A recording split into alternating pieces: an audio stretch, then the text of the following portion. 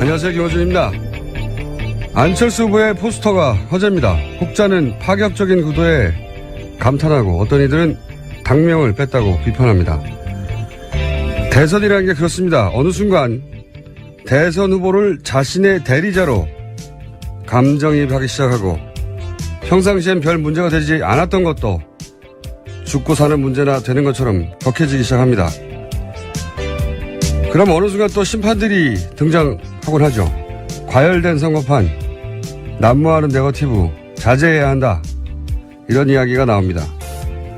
제 생각엔 그렇습니다. 가장 나쁜 선거는 가장 차분한 선거다. 자신을 대리할 후보, 다음 세상을 함께 만들겠다고 감정이입할 후보를 갖지 못했다는 거니까요. 그건 불행한 일이죠. 사기치지 않고 각자 자신이 가지고 있는 걸로 싸우는 한 선거는 뜨거운 게 좋다. 다들 뜨겁게 각자의 방식으로 이번 선거에 참여하시길 바랍니다. 그게 건강한 사회죠. 김원준 생각이었습니다.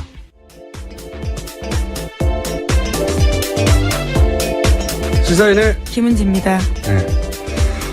이제 뉴스가 대부분 후보들이 어딜 갔고 무슨 말을 했고 도배가 되기 시작했어요. 예, 그렇죠? 공식 선거운동이 시작돼서 그렇습니다. 예, 길거리도 이제 시끄럽고요. 예, 벽보도 붙어 있고 현수막도 보이죠. 이제 드디어 대선이 시작됐고 이게 3주밖에 안 남았어요. 예, 정말 시간이 빨리 갑니다. 자, 오늘 첫 번째 뉴스는 뭡니까? 예, 앞서 사드 이야기 드리겠는데요. 국방부도 사드 배치 마무리 및 운용이 사실상 차기 정부로 넘어갔다. 이렇게 시사했습니다. 어제 이어진 뉴스네요, 이게. 예, 그렇죠. 네. 어제 마크 펜스 미 부통령이 방한하면서 백악관 외교정책 고문이 사드 배치에 수개월 걸릴 수 있기 때문에 차기 대통령 결정으로 이루어지는 게 맞다. 이런 이야기 전달해 드렸거든요. 어제 외무부는 그게 아니고 원래 예정대로 할 거다. 네, 심지어 국방부에 물어보라 이렇게 이야기했었죠. 그러니까요. 그래서 기자들이 국방부에 물어봤습니다. 네. 그래서 문상균 국방부 대변인이 정례 브리핑에서 관련된 대답을 했는데요. 현재 진행되는 상황으로 봐서는 단기간 내에 마무리되기는 쉽지 않을 것으로 판단하고 있다. 이렇게 밝힌 거죠. 원래 5월 9일 대선 이전까지 한미 양국이 사드 배치 계속 서두르면서 사실상 알박기 하는 거 아니냐 이런 비판 나왔었는데요. 사뭇 분위기가 달라진 거죠. 미국이 입장을 바꿨어요. 사실은 이건 미국, 중국 간의 모종의 협상이 있었던 걸로 보여지고. 네, 정상회담을 했었죠. 예, 정상회담을 한 이후에. 그리고 미국 사드에 대해서 다소 유연한 입장으로 변한 것 같고. 그런데 이제 그걸 외교부는 당연히 부처에 불과하잖아요. 그것도 지금 정권이 탄핵된 이후에 부처에 불과하잖아요. 그러면 차기 정권이 결정할 문제라고 미국이 말하면 외교부도 당연히 그렇게 기본 입장을 정해야 되는데 외교부는 어제는 아니다 그대로 한다고. 미국보다 더 친미적이에요. 어떻게 사고방식이. 근데 국방부는 분위기가 바뀌어서. 예. 네, 또 어제 황교안 권한대행과 미국 부통령이 만났거든요. 이제 그런 것들이 반영된 것 같습니다. 미국 부통령과 함께 왔던 외교 정책이 그 말을 했거든요. 네. 사드는 차기 대통령이 결정한다고. 사실 이 멘트는 홍준표 후보나 또는 유승민 후보에게는 좀 불리한 정황이 벌어지게 되는 거죠. 사드 문제 가지고 각을 아주 세웠었는데. 그렇죠. 아주 세게 계속 안보 이야기만 했었죠. 예. 이거는 뭐 문재인 후보가 운이 좋네요.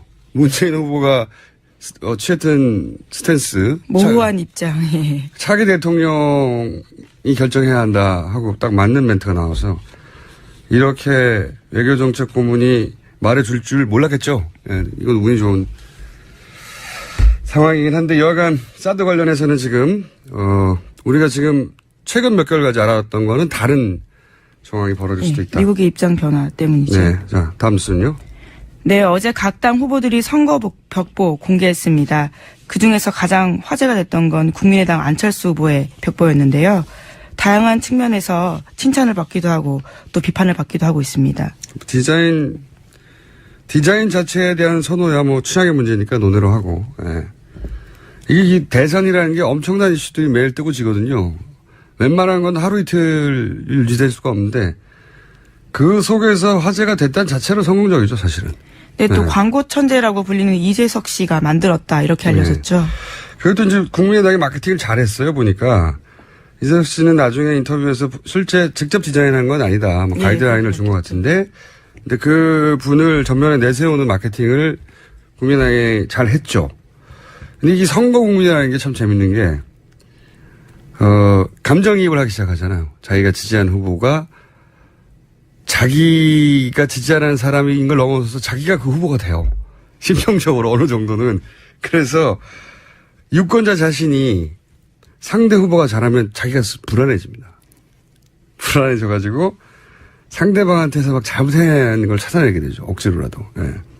아마 이 똑같은 포스터를 자기가 지지한 후보가 사용했으면 파격적이라고 막 또 홍보를 했을 거예요. 근데 다른 후보가 사용했는데 이게 화제가 되면 막 깎아내리고 싶죠.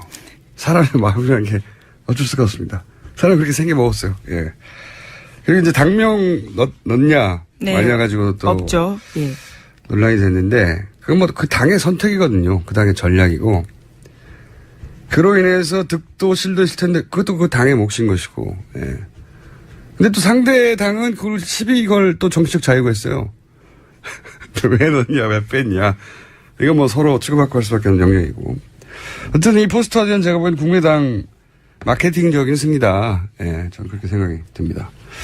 다만 이제 추가적으로 사이드에서 후보 몸 사진과 얼굴 사진이 합성됐다고 나중에 또 좀 화제가 됐죠. 그리고 얼굴이 이제 좌우 반전을 시켰다. 뭐 이런 지적도 있는데 이 배우들이 원래 이제 광고 찍으면 예쁘게 만들어주는 리터칭 하잖아요. 디지털. 그렇죠. 예. 근데 저는 이렇게 목과 몸을 대선 후보를 분리해서 다시 합성한 거는 저는 개인적으로 반칙이라고 보는데, 개인적으로 그렇게 생각합니다. 예. 자, 마케팅적으로는 승리했다. 자, 다음 뉴스는요?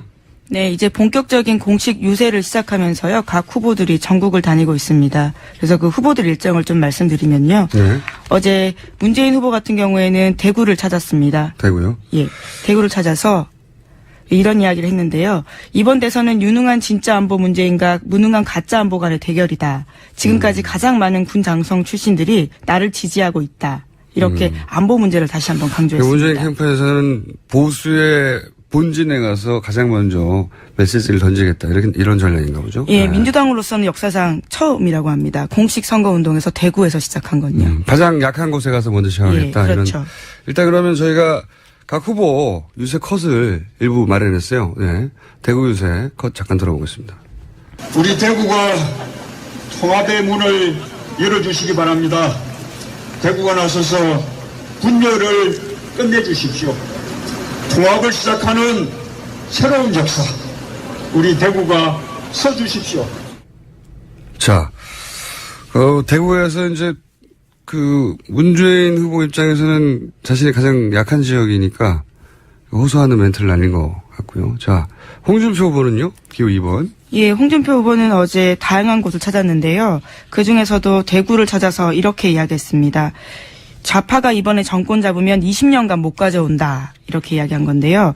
또 우파가 분열돼서 1번을 피하려고 3번을 찍으면 그런 어리석음은 없어야 한다라면서 3번 뒤에는 친북 좌파 박지원 국민의당 대표가 있다. 이런 주장까지 했습니다. 박지원 대표 인터뷰 한번 해봐야 되겠다. 이 멘트에 대해서는. 여기서 2번 후보의 어려움이 있네요. 1번도 때려야 되고 3번도 때려야 되는, 지금 이번엔 다자구도가 되다 보니까 1번도 때리고 3번도 때리네요. 예. 네, 좌파 셋과 우파 한 명 대결이다. 이런 이야기까지 했습니다. 보수가 처한 어려움을 상징적으로 보여줍니다. 예. 1번 후보는 가장 약한 대구에 가서 유세를 먼저 시작했는데 2번 후보, 보수 후보가 대구에서 본진에서 시작할 수밖에 없는 어려움 상징적으로 보여주는 첫 유세였는데 여기서도 저희가 인서트 유세에 나왔던 멘트를 인서트를 좀 들려드리겠습니다. 첫 번째는 내 대한민국 안보를 지키는 안보 대통령이 되겠다고 했습니다. 두 번째, 대한민국의 서민을 지키는 서민 대통령이 되겠습니다. 홍준표 후보의 연설이 이렇게 길지가 않았어요. 예. 그래가지고 긴 멘트를 뽑아내지 못했고 저희가. 자, 그래서 이번 후보는 그런 일정으로 그런 멘트를 했습니다. 주 메시지 그랬고. 자, 3번 안철수 후보는 어디에서 시작했죠? 이 서울에서 시작을 해서요. 또 네. 전주, 광주를 방문했습니다. 호남에 공을 들였는데요. 어제 호남 가서는 이런 이야기했습니다. 호남은 제가 넘어졌을 때 손잡아 일으켜준 곳이다 라면서 이제 대통령을 만들어주실 시간이다 라는 이야기도 했고요. 또 민주당이 국민의당을 호남당이라고 조롱할 때 전국 방방곳곳에서 당당하게 국민의당에 표를 달라고 했다면서 대선 유세 첫날을 이곳에서 시작해서 호남의 압도적 지지를 바탕으로 대한민국 위기 구하겠다라고 말했습니다. 안철수 후보 입장에서는 최근에 아마도 최근 여론조사 발표상 호남에서 지지도가 문재인 후보한테 밀리는 것이 이제 불안했겠죠. 예, 그것부터 역전시켜야 된다고. 그래서 아마 전주 광주 쪽을 중심으로 유세를 시작한 것 같습니다. 자, 이때 연설 저희도 좀 들어보겠습니다. 미래를 여는 50대 젊은 대통령 되겠습니다. 누가 더 좋은 정권 교체인지 선택해 주십시오.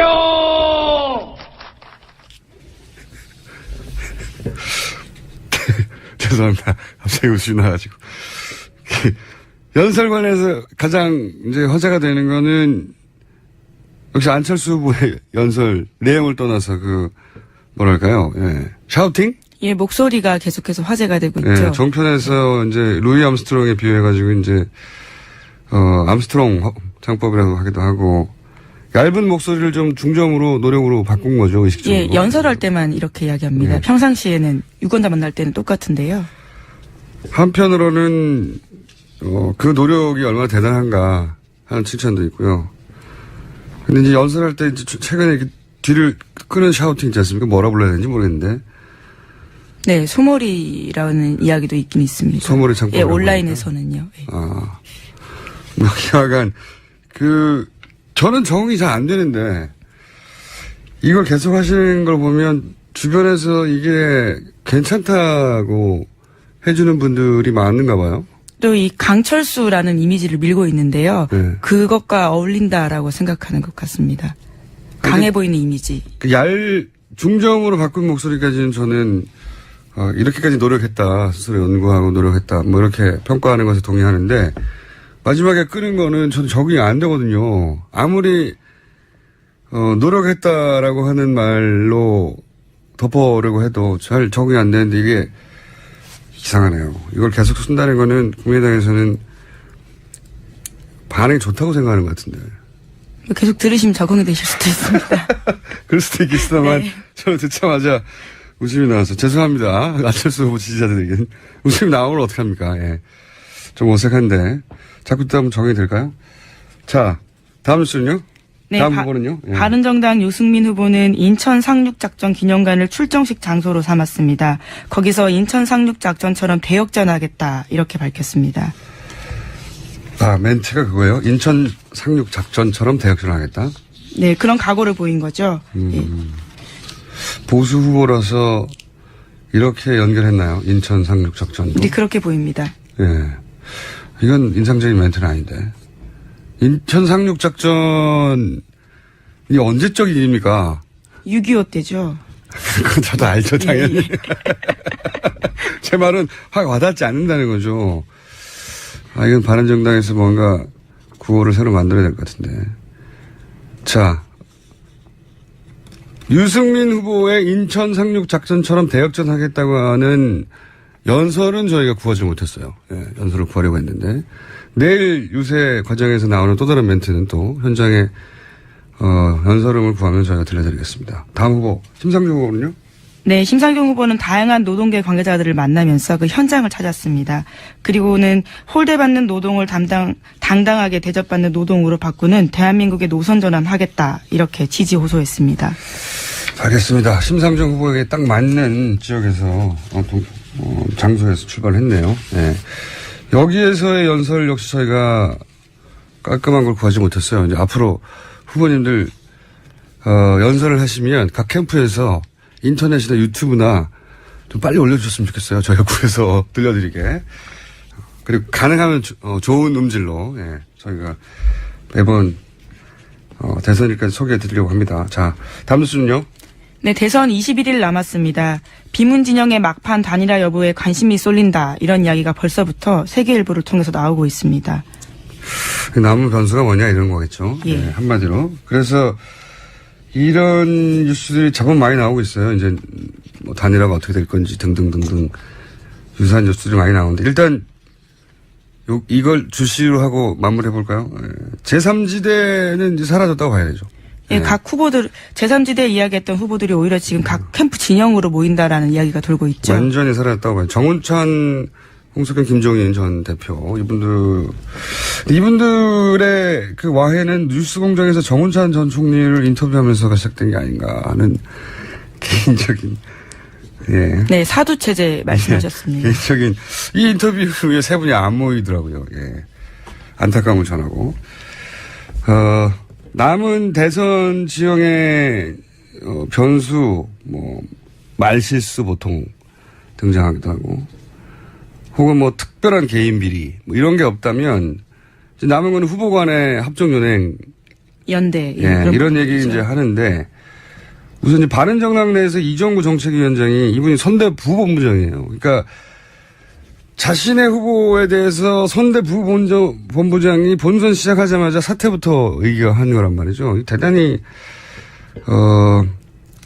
잘못된 거죠, 사실은. 그런 문제의식이 있다 하더라도 자기가 생각하고 있다가 막판에 꺼내든지 이게 선거 시작하자마자 당내에서. 근데 참 희한한 것은 이게 표심이라는 게 단순하지가 않아서 저는 이게 유승민 후보에게 꼭 불리하게 작용한다고 단정할 수는 없다. 아까운 후보인데 저런 대우를 받다니 그럼 마음이 짠하잖아요. 예. 그 짠표가 대단하거든요, 힘이. 그런 면도 있을 수 있다. 근데 이제 만약 이 방향으로 만약에 이정구 정책위원장이 얘기했듯이 계속 가면 바른정당 일부 의원들의 안철수 후보 개별 지지가 있을 수 있다는 전망도 나오거든요. 예, 데드라인 설정해놨습니다. 표 인쇄하는 29일까지는 결정해야 된다. 이런 이야기 했습니다. 근데 그게 안철수 후보에게 도움이 될지는 저는 의문이에요. 왜냐하면 이렇게 해서 모이는 보수표도 있겠지만 이미 이렇게 진지하게 미리 얘기한 거라면 그 효과도 그렇게 높지 않을 것 같고. 만약에 정말 이걸 짠하고 할 계획이었으면 조용히 있다가 짠했어야죠. 그 마지막 순간까지 계속 유승민 후보를 전력을 다해서 밀다가 마지막에 짠했으면 모르겠는데 진작부터 이런 얘기가 나오면 김다세죠.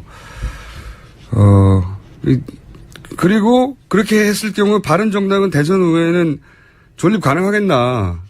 예. 안철수 후보에게도 바른정당에게도 제가 보기에는 크게 도움이 안 될 것 같은데. 예. 표심이라는 게 산수처럼 더하고 빼고 아니거든요. 그렇게 안 되거든요. 예. 그 다음에 남은 게 이제 보수 후보 단일화 얘기하겠죠. 그죠? 네, 그런 그래서? 이야기도 나왔습니다. 정진석 자유한국당 공동선대위원장이 두 사람이 끝까지 성의 보이지 않으면 최후의 고민에 돌입하겠다. 이런 이야기 했습니다. 그렇군요. 근데 저는 이 홍준표, 유승민, 혹은 안철수, 유승민 단일화 연대, 이런 가능성은 지금은 거의 없었다고 보여져요. 이게, 이런 가능성들을 계속 기사를 쓰시는 분들이 있거든요. 자신의 바람이 담겼거나, 혹은 정치공학적으로 해석하거나, 라고 보여지는 것이, 실제 대선 후보들, 대선 기간에 대선 후보들을 직접 가까이서 만나본 적이 있는가 제가 의문이 드는 것이 이런 기사를 쓰는 분들에게. 왜냐하면 정치인들은 원래 마지막까지 자기 승리를 확신하는 이상한 부류거든요. 그런 부류들 중에서도, 그 그룹의 가장 윗자리에 선 사람들이 대선 후보들이에요. 그러니까 정치인들이 대부분 이제 만약에 3일 전에 지지율이 10%를 지고 있다. 그래도 막판 뒤집기가 가능하다고 믿는 특수한 내구조를 가진 분들이에요. 그런 생각이 아니면 출마하기 쉽지 않을 것 같습니다. 그러니까요. 네. 그러니까 마지막 순간까지 자신의 승리를 믿는 사람들만 실제로 그 판에 살아남고, 예. 자신이 믿지 않는 승리는 선거판에서 오지 않거든요. 예. 절대. 그런데 그 중에서도 가장 5년에 한 번 오는 큰 판에 마지막 승자가 된 사람들이 이렇게 쉽게 포기하지 않습니다, 절대. 예, 지금 두 사람 다 끝까지 완주하겠다 계속 이야기하고 있습니다. 제가 보기엔 끝까지 완주할 가능성이 연대나 단일화할 가능성보다 실제 이런 대선 기간에 이런 후보들을 만나본 적이 있다면 100만 배 크다는 걸 알 수 있어요. 그분들을 이렇게 포기하게 만들거나 주저앉게 만드는 건 엄청나게 어려운 일입니다. 엄청나게. 근데 후보 당사자가 포기하지 않는 한 공당이 선출할 후보를 어떻게 할 방법이 없거든요. 그래서 이런 시나리오들은 사실은 그냥 시나리오에 불과하고 실제로는 완주할 지금 상황에서는 오자 완주가 가능성이 다른 어떤 가능성보다 높다라고 전망하는 게 함정이라고 봅니다. 자, 오늘 여기까지 해야 되겠네요. 네. 재미있는 뉴스들이 최순실 씨는 어떻게 됐나요, 최근에? 여기까지만 해보죠. 네. 네, 최순실 씨 지금 재판 계속 받고 있는데 네. 어제 재판에서 이런 이야기 했습니다. 고용태가 실세고 나는 허세다. 차은택도 나한테 다 뒤집어 씌웠다. 이런 주장을 해서 다시 한번 화제를 모았습니다. 고영태가 실세다. 고영태 씨가 어떻게 이걸 다 했다는 거죠? 박근혜 대통령을 어떻게 움직였다는 거죠? 자신은 그런 일을 알지도 못한다. 이렇게 이야기했습니다. 네. 최순실 씨는 여전하네요. 여기까지 하겠습니다. 지금까지 시사인의 김은지였습니다. 감사합니다. 공식 선거운동이 시작됐습니다. 예, 더불어민주당, 국민의당 양당 1, 2위 후보 간의 공방도 점점 뜨거워집니다. 양 캠프 동시에 연결해서 주요 쟁점들 한번 들어보겠습니다. 문재인 후보 선대위 전략본부 부본부장 이철희 위원장 연결돼 있습니다. 안녕하세요, 의원님. 네, 안녕하십니까. 예, 오랜만입니다. 라디오 목소리가 훨씬 듣기 좋네요. 네. 자, 그 얘기는 다음에 나누기로 하고요. 자, 국민의당 안철수 후보 선대위 유세본부장 문병호 최고위원님 연결됐습니다. 안녕하세요, 의원님. 예, 안녕하세요. 반갑습니다. 네, 반갑습니다. 네네. 자, 두 번을 동시에 연결했는데 각 방송들마다 나름의 규칙이 있겠습니다만은 저희가 앞으로 이제 공식 선거운동이 시작된 만큼 저희 나름의 규칙을 하나 정했습니다. 뭐냐면 동시에 연결하되 규칙이 없다.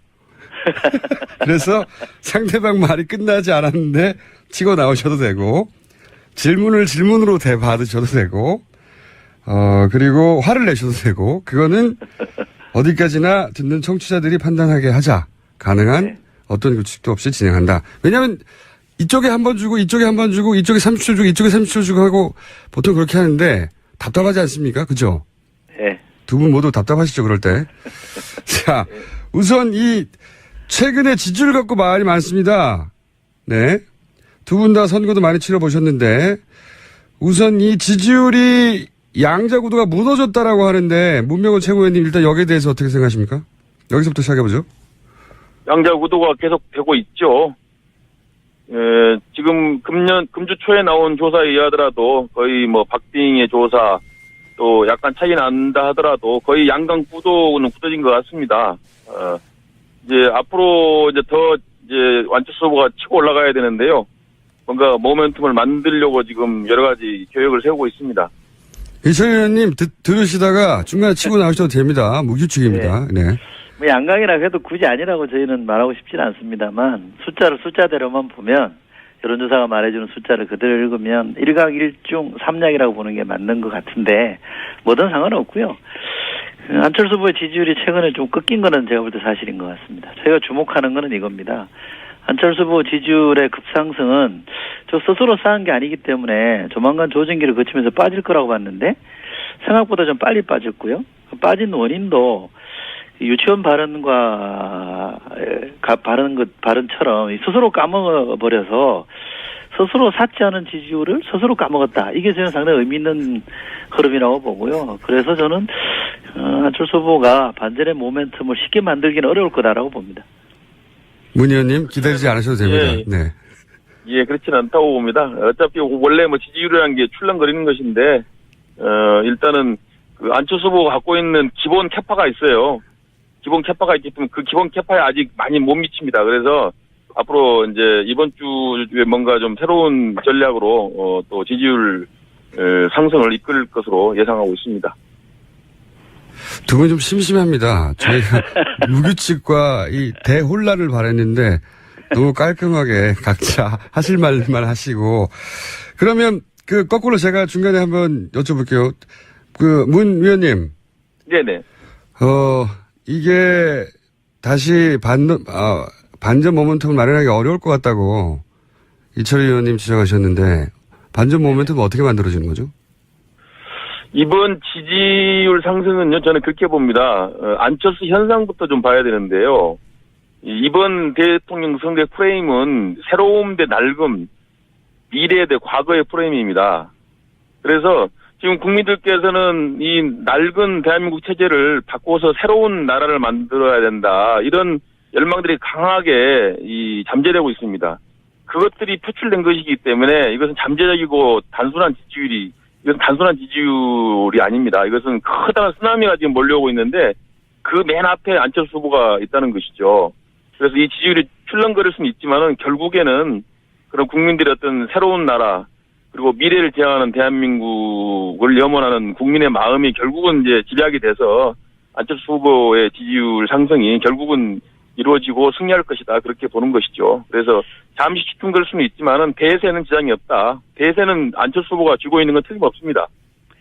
저도 지금 말씀하신 것처럼 과거 대 미래라는 것에는 동의를 합니다. 그런데 이 과거는 어떤 과거고 미래는 어떤 과거냐를 얘기를 해야 되거든요. 과거는 우리가 분열했던 과거고요. 미래는 세월호 이후의 대한민국, 탄핵 이후의 대한민국은 통합돼야 되는 거 아닙니까? 안철수 후보는 벙벙하게 미래만 얘기한다면 문재인 후보는 미래의 구체적인 상이 통합이다, 통합 정부로 가야 된다는 얘기를 하고 있기 때문에 과거 미래 이 대립구도로는 안철수냐 문재인이냐, 거기에서 안철수가 위에 있다라고 말하기는 어려운 거고요. 또 하나 제가 분명하게 말씀드리고 싶은 건 안철수 현상이라고 말씀하셨는데, 안철수 현상이 처음 등장했을 때 안철수 후보는 20, 30, 40대에서 지지를 받았습니다. 그런데 지금 그 20, 30, 40대는 누구를 지지하고 있습니까? 지금의 안철수 지지와 안철수 현상은 완전히 정반대입니다. 이 현실을 직시하지 않으면 모멘텀이라는 건 만들어지지 않는 거죠. 현실을 좀 보시면 좋겠습니다. 예, 그 분열 통합을 말씀하셨는데, 제가 볼 때는 문재인 후보야말로 가장 반통합적이고 분열적인 후보 아니겠습니까? 당내 세력도 통합 못 하시면서, 저 같은 사람도 끌어안지 못 하시면서 무슨 놈의 국가를 통합한다는 것입니까? 오히려 지금 통합하고 하는 것은 소가 웃을 일이고요. 호박에 줄 붙는다고 소박 됩니까? 저는 문재인 후보가 통합 우른한 게 저는 정말 어처구니가 없고, 정말 실소가 나옵니다. 같이 할 수 있는 분들이 있고요. 정치는 생각이 다르면, 저는 생각이 다르고 비전이 다르고 노선이 다른데 꼭 같은 당에 있어야 되느냐, 저는 그렇게 보지는 않습니다.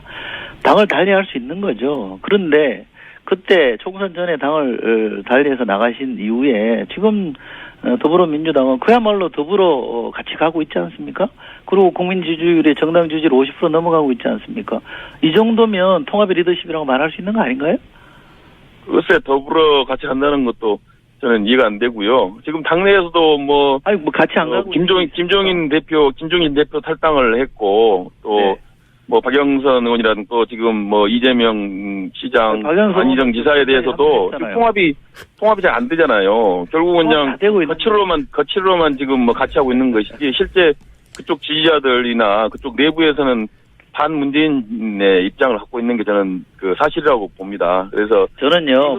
이 흐름은 갈수록 저는 이제 확산될 것이고, 결국 통합이고, 결국은 국민들 같이 할 수 있는 후보는 결국은 안철수 후보다. 안철수 후보가 이제 양쪽 또 국민 전체를 통합할 수 있는 그런 리더십을 갖고 있다고 생각하고 있습니다. 저는 이렇게 생각합니다. 어느 정당에도 어느 정도 불협화음은 있을 수 있다고 보고요. 예컨대 문병호 최고위원님도 당회의 할 때 박지원 당대표 이선으로 물러나 이런 얘기 하실 수 있잖아요. 그런 정도 불협화음이나 잡음은 어느 정당에나 있을 수 있는 겁니다. 문제는 그 정당을 이끌어가는 사람이 그런 거를 잘 정리해내느냐가 중요한 건데, 지금 저희 당에서는 그런 게 다 정리가 됐지 않습니까? 그런데 자꾸 다른 당에 있는 얘기에 대해서 과장해서 말씀하시죠. 그게 과거에 잘못된 분열된 정치 행태 아닙니까? 그러지 않았으면 좋겠고요.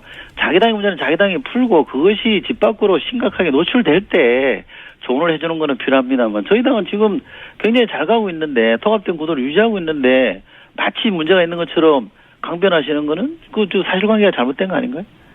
문제가 많죠. 지금 문재인 후보께서 국민들로부터 지지를 못 받는 이유가 아니, 패권입니다. 지지를 못 받는다고 독선, 패권. 그러시면. 자, 아니, 때문에 두 분- 국민들로부터 지지를 못 받는 건데. 예, 두 분 아주 마음에 들게 잘 싸우고 계신데요. 주제를 또 딴 데로 넘어가 보죠. 자, 그 부분은 충분히, 듣는 청취자분들이 판단하실 것 같고요. 충분히 말씀하셨어요. 포스터는 어떻게 생각하십니까? 포스터가 큰 화제가 됐는데. 저는 이 포스터, 저는 이게 그냥 그 포스터 경진대회 나갔더라면 안철수 후보의 포스터가 굉장히 잘된 포스터라고 저는 봅니다. 상당히 좀 파격도 있고요. 괜찮다고 보는데. 화제가 돼서 부러우신 건 아니고요, 혹시? 아니요, 전혀 저는 그렇지 않습니다. 제가 과거에 국회의원들 이 포스터 만들 때 조언을 많이 해보면 이 정당 지지율이 없는 당의 후보일수록 정당명을 빼고 싶어 하거든요. 저는 그런 점이 반영됐다고 봅니다. 그런데 우리 헌법에 보면 정당을 보호해주게 돼 있거든요. 헌법에 정당을 보호해주는 걸 분명히 명시하고 있어요. 그건 무슨 얘기냐면 정당 정치를 하자는 얘기고 정당 정치는 책임 정치 차원에서 정당 정치가 중요하다는 것을 헌법에 명시하고 있기 때문에 그런 점을 충분히 감안해야 된다는 거고요. 안철수 후보가 대통령이 되더라도 정당과 의회는 존중해야 되지 않습니까?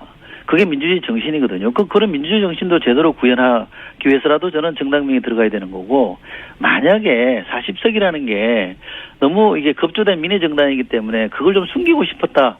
그래서 이걸 뺐다라고 그러면 그야말로 꼼수인 거죠. 일국의 대통령이 되겠다고 하신 분은 정당 이름을 당당하게 써서 본인의 가치와 민주주의적인 가치와 정신을 분명히 드러내고 본인이 처한 현실을 그대로 알려드리고 이걸 어떻게 극복해 나가겠다는 얘기를 해야지. 이거 어떻게 꼼수로 정당명을 슬쩍이 빼버립니까? 그건 굉장히 잘못된 거라고 저는 봅니다. 문 의원님 안 기대하셔도 됩니다. 예. 일단 포스터 전략을 성공한 것 같습니다. 민주당에서 이렇게 관심을 가지고 지적해 주시고, 또 언론에서도 이번 포스터에 대해서 굉장한 관심을 가지고 보도도 많이 되고 있고요. 관심을 불러일으키지 않습니까? 일단은 그래서 성공했다고 보고요. 일단 우리 안철수 후보께서는 뭔가 혁신과 미래를 기하고 계십니다. 그래서 뭔가 기존 틀에 벗어난 새로운 비전을 제시하고 있거든요. 그것을 포스터에서 보여준 거죠. 꼭 굳이 과거의 틀에 묶여가지고 꼭 뭘 써야 된다. 당 이름을 꼭 써야 된다. 이것도 저는 과거의 틀에 묶여 있는 것이라고 생각합니다.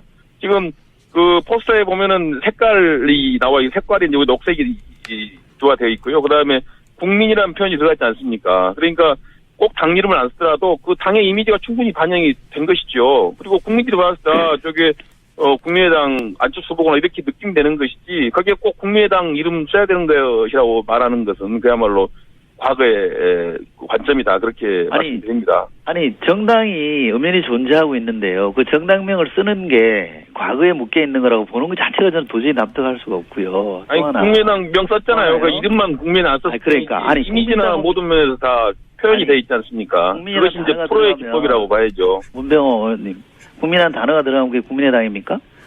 아니, 어떻게 그런 발상을 하십니까? 그리고요, 제가 더 심각하게 보는 거는 국민이 이긴다 그랬잖아요. 안철수 후보가 이기면 국민이 이기는 거고 문재인 후보가 이기면 국민이 지는 겁니까? 국민이 그렇게 편을 나눠요? 그건 아니죠. 그러니까 누가 이겨도 국민이 이기는 거 아닙니까? 낡은 과거의 대한민국에는 정치를 부리십니까? 구태 정치에는 국민이 없죠. 기득권자들만 있고. 근데 이제 이 새로운 정치에는 이제 국민이 주인이라는 겁니다. 과거의 대한민국 정치는 국민이 주인이 아니에요. 기득권자가 주인이지. 그러나 이제 새로운 시대는 국민이 주인이기 때문에 국민이 이긴다 그런 거죠. 문재인 후보가 이기는 것은 패권이 이기는 것이고 안철수 후보가 이기는 것은 국민이 이기는 겁니다. 그래서 국민이 이긴다는 표현을 문재인 후보가 이기면 패권이 이기는 거 국민이 이기는 게 아니면 문재인 후보를 지지하는 40% 50% 국민은 국민 아닙니까?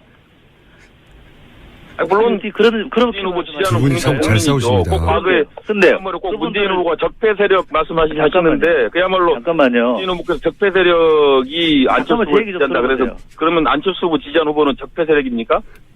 그건 아니라고 후보가 분명히 얘기했잖아요. 문재인 후보가 그건 아닙니다라고 분명히 정리를 해줬는데 그러니까 지금 문병호 우리도 문재인 후보를 지지하는 국민이 아니라고 한 바가 없어요. 국민이 왜 국민이 아닙니까? 그러면 안철수 후보 포스트에 새로운 정치와 과거 정치 프레임을 얘기한 거예요. 과거에는 과거 정치는 국민이 빠져 있는데 이제 새로운 정치는 국민을 앞에 세우겠다 그런 말씀을 한 거죠. 자, 두 분. 알겠습니다. 그건 알겠는데 예. 그럼 국민이 주인이다 이러면 되잖아요. 자, 두 분 안철수 후보가 이기면 국민이 이긴다. 이 등식은 의원님? 다른 후보가 이기면 국민이 지는 거라는 걸 해석이 되잖아요. 의원님 이제 충분히 하신 것 같고요. 오해를 예. 놨습니까? 맞습니다. 예. 자, 다음 주제로 또 넘어가 보죠.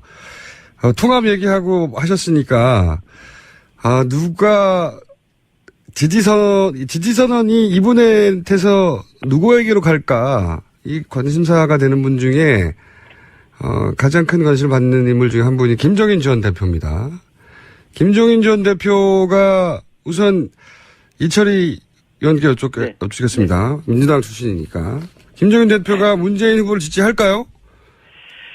그건 지금 뭐 예단하기 좀 어렵고요. 저희는 이렇게 봐야 될 것 같습니다. 그러니까 김종인 전 대표와 문재인 후보 간의 개인적인 뭐 호불호나 앙금이 얼마나 남아있냐 이런 문제는 아니고요. 대선이라는 큰 판, 앞으로 5년을 이끌어갈 나라의 대통령을 결정하는 이런 순간에는 개인적인 호불호는 둘째 문제고요.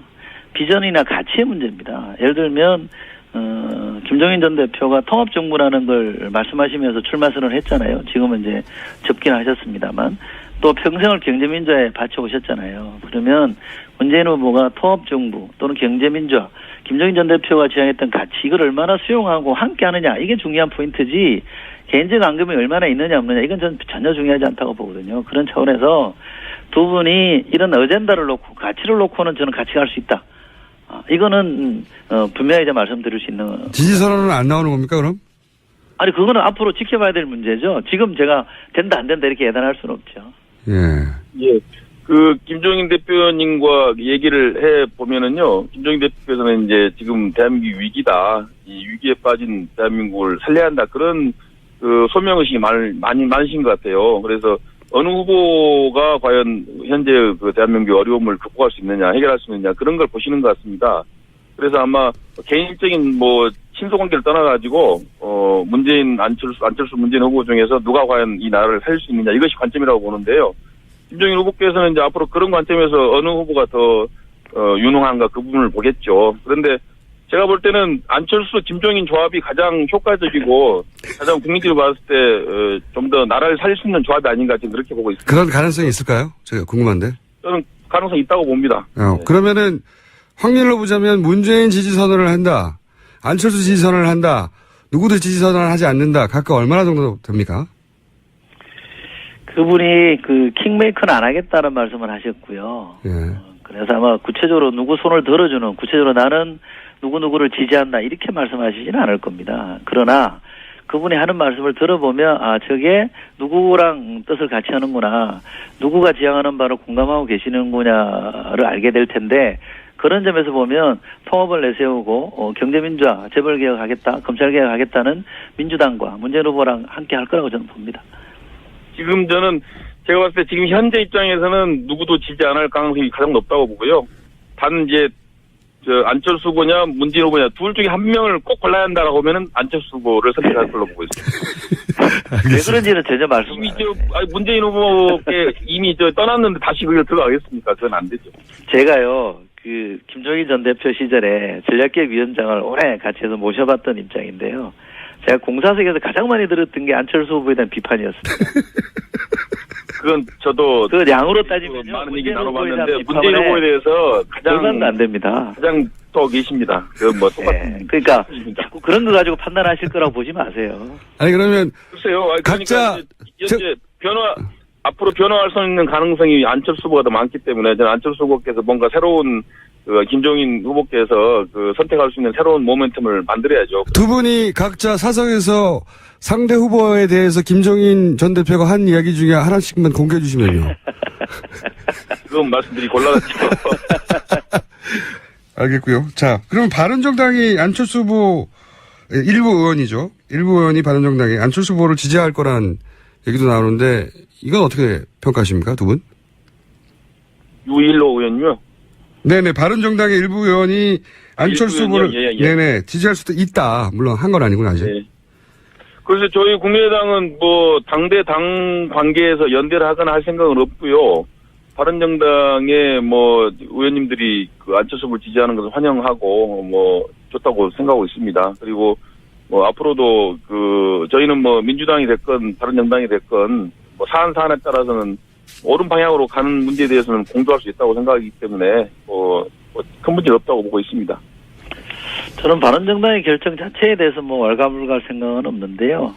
저희 민주당이 좀 거슬러 올라가 보면 2002년에 노무현 대통령 후보 시절에 후보 교체론이 나왔잖아요. 네. 사퇴론도 나오고 그래서 어떤 정당이 합법적인 절차를 통해서 뽑은 후보를 지지율 때문에 그만해라, 바꾸자 이런 얘기하는 거는 저는 민주주의에 위반되는 잘못된 행태라고 봅니다. 이런 거 하면 안 되고요.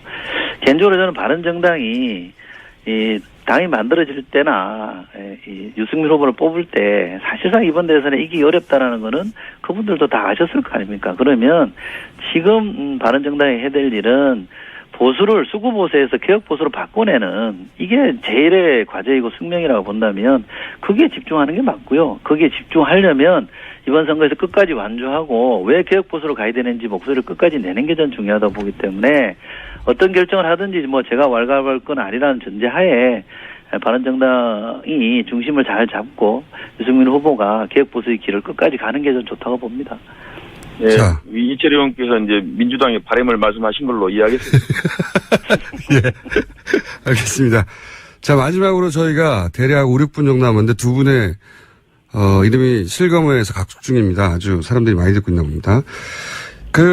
각 캠프에서 상대 캠프의 지금 문 후보 아들 문제나 뭐 문 후보의 가구 이야기 혹은 안 후보의 부인 문제나 뭐 BW 발행 문제들이 있는데 각각 하나 정도 혹은 둘 가장 치명적이라고 생각하는 상대의 어떤 검증 포인트 문제 제기를 해주신다면요? 먼저 뭐 이철 의원 먼저 해보시면요. 문병호 단장님 먼저 하시죠. 네, 그러시죠 그럼. 네. 예, 양보도 하시고 서로. 문 후보님의 아들 문제가 가장 치명적이라고 생각하고 있습니다. 지금은 젊은 일도 그렇고 또 전반적으로 이제 청년 일자리 문제가 가장 중요한 이슈로 떠오르지 않습니까? 또 지금 국민들이 관심 갖는 것은 반칙과 특혜입니다. 이 실력과 능력에 따라서 뭐 취직도 되고 이 사회의 어떤 구성원이 돼야 되는데 지금 대한민국이 뭐 돈과 빽이 있으면은 다 해결되고 돈 없고 빽 없는 사람들은 다 뒷전으로 밀리고 이런 것을 바꿔야 한다. 이것이 국민들의 가장 큰 염원입니다. 그 점에서 봤을 때는 역시 이제 문재인 후보의 아들이 채용됐을 때 특혜를 입었고 또 그 후에 무슨 어디 유학을 가고 또 퇴직금을 37개월짜리를 받고 해서 보통 사람이 누릴 수 없는 그런 특혜를 누렸다. 이것이 지금 국민들이 보는 관심이거든요. 그리고 이 문제는 대단히 중요하다고 봅니다. 왜냐하면 대통령이 되실 분이 그런 식으로 사적으로 어떤 공적 기관을 이용했다. 이것은 있을 수가 없는 거죠. 그래서 이 문제에 대해서 굉장히 관심을 갖고 지금 저희가 많이 문제제기하고 있는데 지금 국민들이 봤을 때도 속 시원하게 해명이 안 되고 있어요. 여러 가지 서류 제출 과정이나 기간이나 여러 가지 봤을 때 의혹들이 있기 때문에 이 부분에 대해서 좀 더 속 시원하게 해명해 주시기 바라고 자료도 제출해 주시기 바라고 그렇게 해서 이 문제가 아마 이번 대선에 가장 큰 쟁점이 될 것으로 그렇게 예상하고 있습니다. 저는 문병호 본부장님께서 이걸 기정사실로 말씀하시는 거는 좀 잘못이라고 보고요. 의혹을 제기하는 거는 그럴 수 있다고 봅니다만 사실로 기정사실화 하면 안 되고요. 의혹이 틀린 겁니다. 이게 2007년에 지금 이제 대선 후보로 나와 있는 홍준표 당시 환경노동위원장이 이 문제에 대해서 노동부에다가 고용노동부에가 감사를 해라 이렇게 요청을 해서 감사가 강도 높게 이루어진 것이고 감사 결과를 국회에 보고했을 때 다 수용한 거거든요. 홍준표 후보가 당시 위원장으로 있을 때 다 수용한 겁니다. 그게 어떻게 됐냐면 일부 절차적으로 오해를 받을 여지가 있으나 특혜는 없다 이렇게 분명히 다 못을 받고 있습니다. 그때는 노무현 정부 시절이니까 그렇다고 칩시다. 그럼 2010년에 MB정부 때 이명박 대통령 시절에 또 감사를 했어요. 그때도 문제없다는 게 나왔단 말입니다. 그때가 MB정부가 어떻게 한 정부입니까?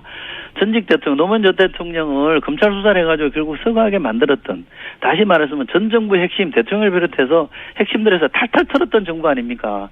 그 정부가 문재인 후보에 대해서 만약에 부정이 있었다면, 아들 채용에 부정이 있었다면, 그걸 그냥 내버려 두겠습니까? 탈탈 털은 거 아닙니까? 그런데 안 나왔기 때문에 의혹 제기를 못한 것인데, 이미 다 검증되고 확인된 얘기를 다시 꺼내는 거는 정치 도의적으로도 저는 그렇게 하면 안 된다고 봅니다. 검증이라는 거는 새로운 팩트를 들고 나와서 문제 제기를 해야 되는데 지금 나왔던 얘기들은 다 과거에 나왔던 얘기고 다 설명이 됐던 얘기 아닙니까? 그러지 않았으면 좋겠고요. 저는 안철수 후보는 안철수 후보 캠프 쪽에서 이 반문재인 컴플렉스에서 좀 벗어났으면 좋겠습니다. 모든 게 문재인에만 반대하면 뭔가 될 것처럼 생각하시고, 안철수 후보는 TV 토론 나와서도 계속 문재인 후보가 아니라는 주장만 해요. 그러면서 본인이 흥분하게 된 거 아닙니까? 그렇게 되면 국민들에게도 신뢰를 못 주기 때문에 이제는 반문재인 컴플렉스에서 벗어나서 그냥 하고 싶은 얘기, 본인이 왜 대통령이 돼야 되는 얘기를 하세요. 그런데 집중하는 게 더 저는 먹힐 거라고 보거든요. 저는 그렇게 충원드리고 싶습니다. 문 의원님? 근데 해명이 좀 안 됐어요. 그리고 새로운 됐습니다. 사실도 많이 드러났고요. 그래서 이 문제에 대해서는 좀 더 적극적으로 해명하시고, 국민들이 그리고 일단 이 문제에 대해서 불신하고 있고 궁금해하고 있지 않습니까? 국민의 관점에서 눈높이에서 봐야죠. 충분히 해명된 사안이고요. 지금 잘 해명이 안 됐다고 봅니다. 고용노동부 감사에도 보면 절차적으로 문제가 있었으나 이 문제는 디테일하게 얘기를 들어보세요. 특혜는 없었다라고 못을 받고 있지 않습니까? 두 번의 감사에서 그렇게 결론이 나는데 왜 그걸 못 믿으십니까? 아니, 그 감사 보고서에도 징계 요구도 했고요. 뭔가 자, 의혹이 있다고 인정을 했어요. 이철희 의원, 그러니까 문병호 최고위원이었습니다. 예. 감사합니다. 다음 주에 꼭 나와주십시오. 예, 고맙습니다. 고맙습니다. 네. 자, 이 코너 제목은 아직도 정해지지 않고 아마도 대선이 끝날 때까지 제목이 정해지지 않은 채 끝날 것 같습니다. 자, 오늘은 그냥 또 하나의 후보 중에 하나인 증문즉설. 이거는 노회찬 대표님 쪽에서 나온 아이디어예요. 증문즉설. 노회찬 의원님 나오셨습니다. 안녕하십니까? 안녕하세요. 네. 증문즉설 이거 야가거든요. 뭐 예를 들어서 저희 청취자들이 보내주신 것 중에는 뭐 노가리도 있고 노가리 원추 뭐 이런 것도 있고 아주 발랄한 게 많은데 증문즉설로 안 부르는 걸로 하겠습니다. 원하시지만. 네. 자, 노샷 올킬도 있어요. 노샷 올킬. 샷을 안 때렸는데 올킬 됐다고. 이제 선거운동이 이제 공식적으로 시작됐고, 정의당이 유일하게 고정으로 나오는 시간입니다. 예. 네. 그래서 이 코너를 잘 활용하셔야 되는데, 상임선대위원장으로서 공식 출정식을 한 그 심 후보에 대해서 우리는 왜 거기서 시작했다. 예. 후보 스스로가 이제 원하기도 했고요. 구로 디지털 렌즈에서 시작했죠. 네. 그렇죠. 왜냐하면 거기서 우리 대한민국 사회와 만나기 시작한 과거 구로공단의 미싱사 출신이었으니까. 예. 노동운동을 처음 시작한 곳이고. 그렇군요. 심상정 후보가 거기서 노동운동을 시작했죠. 네. 네. 그리고 또 어찌 보면 우리나라 산업의 어떤 그 변화를 상징하는 곳이기도 해요. 네. 지금은 그 IT 산업 중심으로 맞습니다. 해가지고 디지털 단지가 되었기 때문에. 그전에는 공장지대였죠. 네, 그렇죠. 네. 그런 상징성이 있었다. 자, 지금 포스터도 공개되고 포스터 얘기도 많이 나오고 이제 토론회 이후에 처음 나왔으니까 토론회 얘기도 하실 얘기도 많을 것 같고 토론회를 심상정 후보가 전반적으로 잘했다는 평가도 받아서 그것도 그 캠프에서는 뭐 그 정도면 선방했다. 몸을 푸는 데 있어서 뭐 좀 만족한다. 몸 정도 풀었다. 예. 후보는 좀 미흡하게 생각하는 것 같아요. 자신은요? 예, 더 잘할 수 있었는데. 본인이 어디를 아쉬워합니까?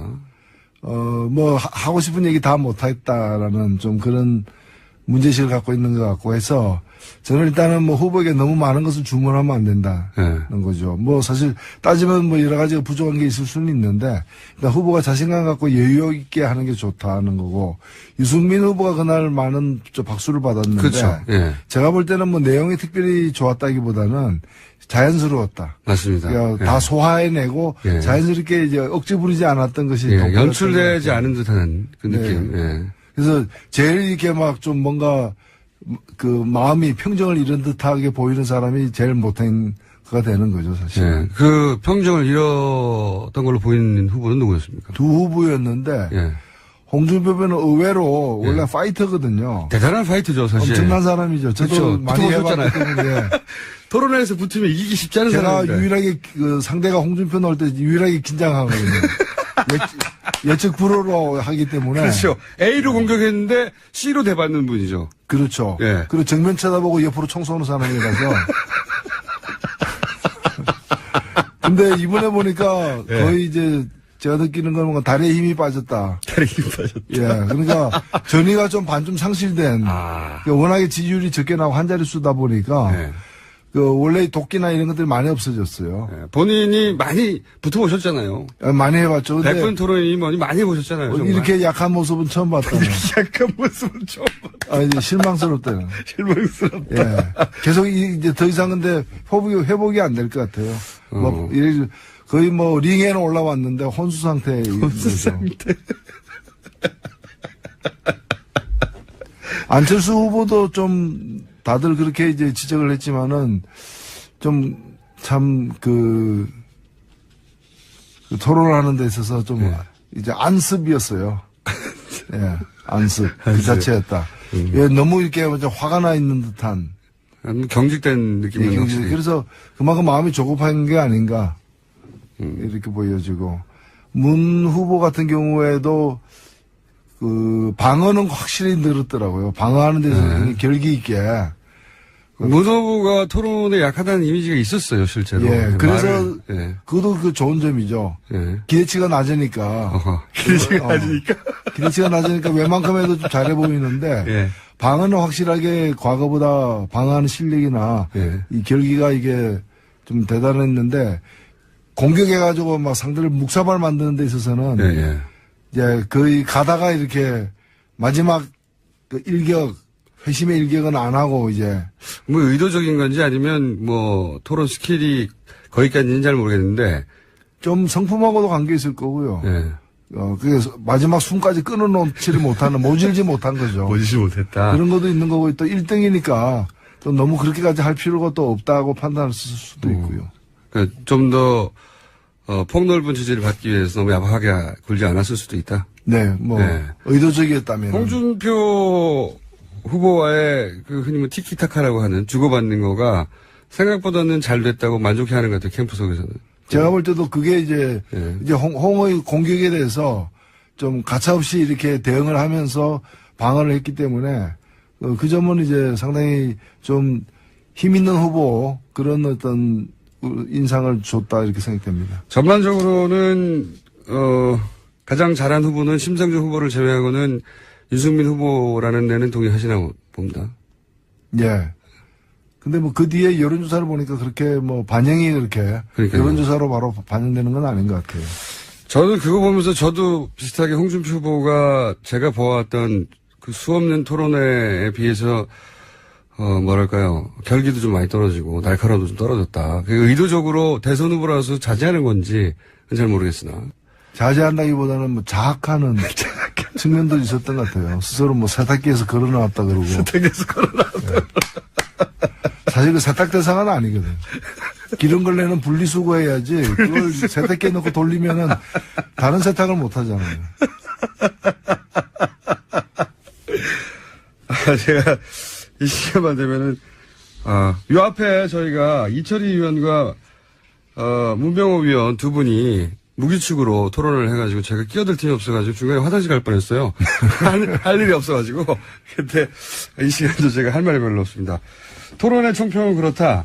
자, 앞으로 그 KBS 스탠딩 토론이 있다지 않습니까? 예. 그 규칙을 잘 모르겠는데 스탠딩을 한다는 게 그냥 서 있기만 하는 건가요? 아니면 이 소위 스탠드 앞으로 나와서 자유롭게 걸어다니면서 한다는 건가요? 규칙은? 뭐 걸어다니지 말라고 돼 있지는 않아요. 그런데 그래요? 이제 우리나라에서 그런 토론을 본 적도 없고 그렇죠. 다 해보지를 않아가지고 그렇게까지 이동하면서 뭐 발언하지는 않는데. 이동을 하지 말라는 규칙은 없다. 예. 할 수는 있다는 거네요. 저는 그렇게 알고 있습니다. 알고 있는데 서 있는 것만 해도 이렇게 대단히 이제 긴장감이 이제 유발되는 상황이고 이날 토론은 크게 두 개의 주제에 대해서 두 개의 주제를 선정해서 이제 그 주제 하나하나 가지고 이렇게 반씩 시간을 나누는데 1인당 한 18분 정도의 총량을 주고서 5명이 혼전하는 거예요.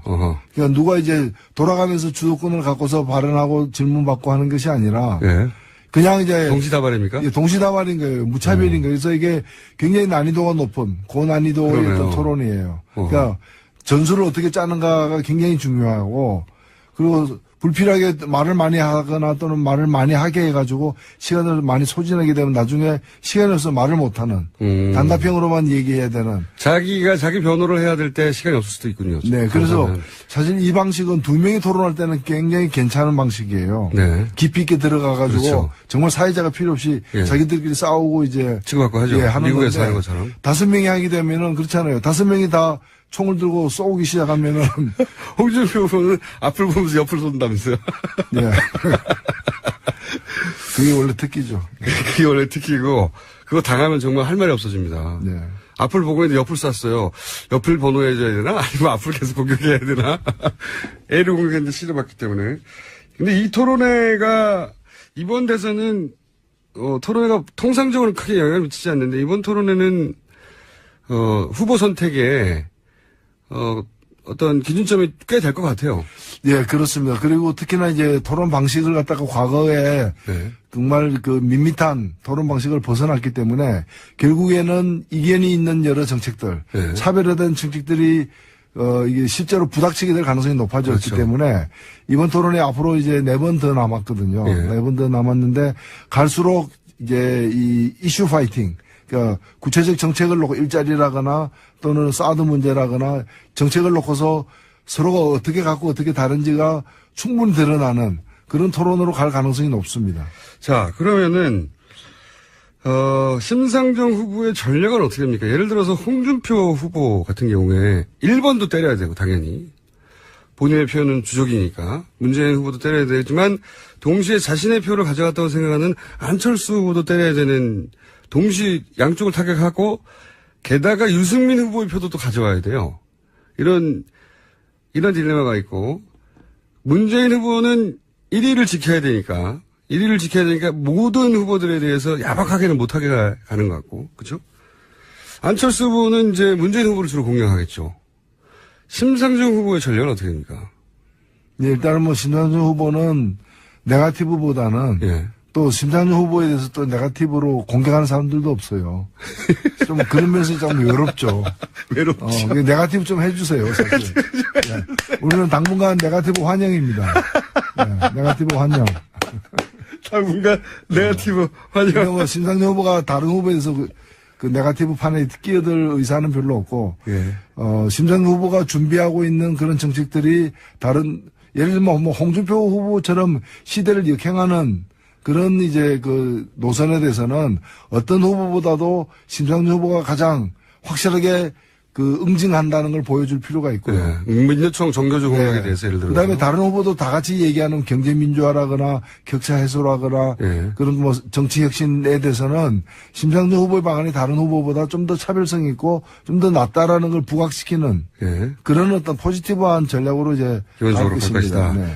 심상정 후보의 고민은 이런 지점이 있는 것 같은데요. 지금 그 문재인 후보와 지지자들이 겹치는 부분이 분명히 존재하고 문재인 후보가 당선 가능성이 떨어진다고 생각하면 문재인 후보 쪽으로 몰렸다가 문재인 후보의 당선 가능성이 좀 높아진다고 생각하면 심상정 후보에게도 기회를 주자라고 이렇게 사실은 완전히 제로섬은 아니지만 후보를 가지고 땡겨와야 되는 대상. 그렇다고 문재인 후보를 막 공격하면 또 심상정 후보한테 그게 불리하게 작용할 것 같고 이 딜레마가 있을 것 같아요. 그죠? 예, 그래서 저희들은 뭐 정권 교체는 이미 확실한 거니까 예. 뭐 홍준표 후보가 되지는 않을 거 아니겠습니까? 그런 일은 없을 모르죠. 거라고. 아니, 그건 홍준표 후보도 확신하고 있는 거거든요. 그렇기 때문에 정권 교체는 되는 거라면은 이왕이면 어떤 정권 교체가 돼야 되는가. 예. 심상정 후보와 같은 그런 진보적인 후보의 득표가 높아질수록 또 그 발언권이 커지고 그 정권 교체의 어떤 방향도 더 진보적으로 될 수 있다는 점에서 주저하지 마시고 표를 던지라고 말씀드리고 싶고. 예를 들어서 제가 간혹 가다가 이제 예. 이런 게 있어요. 뭐 사표 심리 비슷하게 그렇죠, 해가지고 심상정 찍으면은 안철수 된다. 뭐 이런. 아, 여기서는 또 그런 구도가 나오는 거예요. 예, 홍준표 찍으면 문재인 된다라고 국민의당에서 튀어나왔고 그랬더니 홍준표 후보가 무슨 소리냐. 안철수 찍으면 박지원 된다라고 튀어나왔고 근데 여기 심상정 후보 사이드에서 심상정 지금은 안철수 된다. 그런 얘기를 저희들에게 하는 사람들이 있어요. 어허. 저는 그런 얘기 들을 때마다 그분들에게 얘기하죠. 그러면 안철수 되기를 원한다면 심상정 찍어라. 그럼 되잖아요. 안철수 후보가 되게 원한다면 되기를 원하는 사람들은 전부 다 심상정 찍으면 되잖아. 그 말이 맞다면. 안철수 후보 지지자들 향해서 예. 네. 안철수 후보 공략 포인트가 참 그러면 보수 표심에다가 지금 지지를 호소해야 되지 않습니까? 심상정 후보가. 제가 볼 때는 이번에 투표율이 그렇게 높을 것 같지가 않아요. 그래요? 전부 다 정치에 대한 관심 때문에 높을 거라고 다들 얘기하는데 예. 제가 볼 때는 어느 때보다도 양강 구도가 지금 아니거든. 그리고 과거 영남, 호남, YS, DJ, 식의 지금 구도가 아니기 때문에 예. 어찌 보면은 그냥 구야권끼리 싸우는 그 예. 1, 2위를 다투는 측면도 있잖아요. 예. 그렇기 때문에 이제까지 열심히 한 번도 안 빠지고 투표했던 분들 중에 이번에는 좀 빠질 분들이 생겨날 것 같아요. 그렇게 분석하십니까? 예, 정당에서? 그래서 70% 초반대를 안 넘어설 거다라고 보이는 거죠.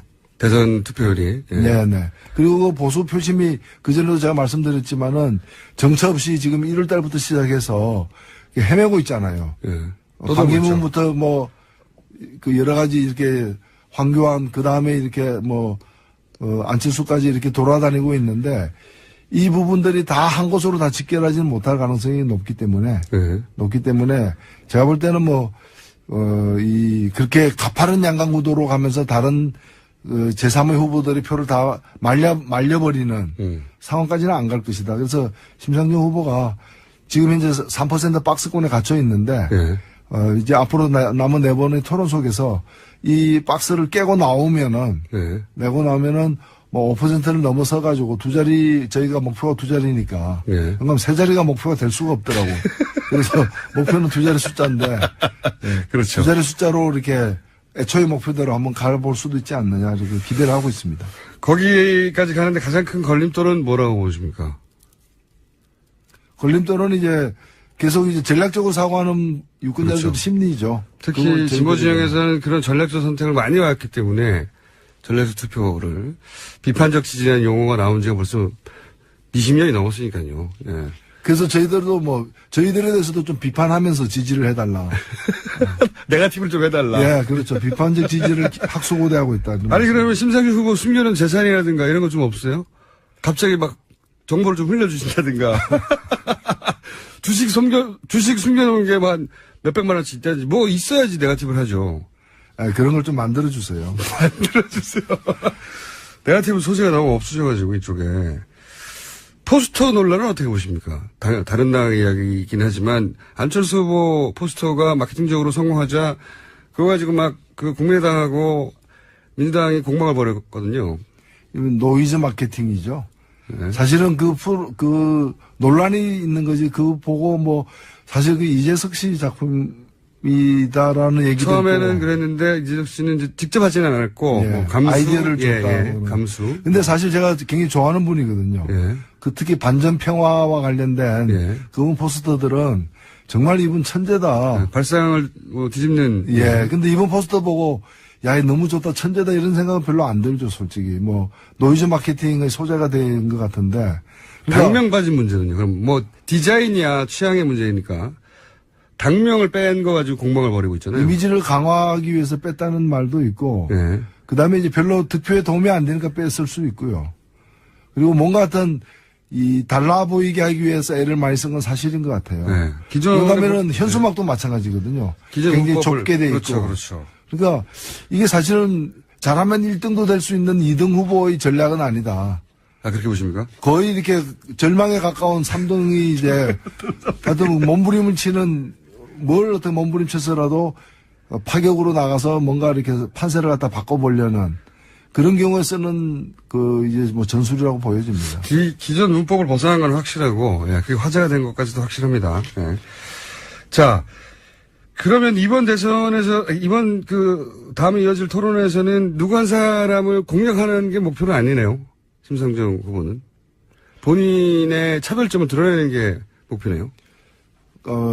차별성을 드러내기도 하고요. 그리고 되게 이제 좀 스스로 이렇게 망가져가는 분들도 있고 또 스스로 삽을 땅을 파는 분들도 있고 하기 때문에 네.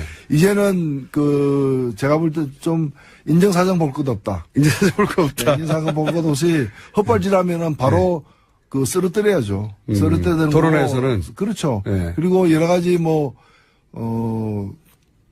한일 위안부 협정과 관련해가지고 그때는 우리 정부가 없었다는 이상한 얘기를 한다거나 이럴 때 바로 좀 이렇게 만져줘야죠.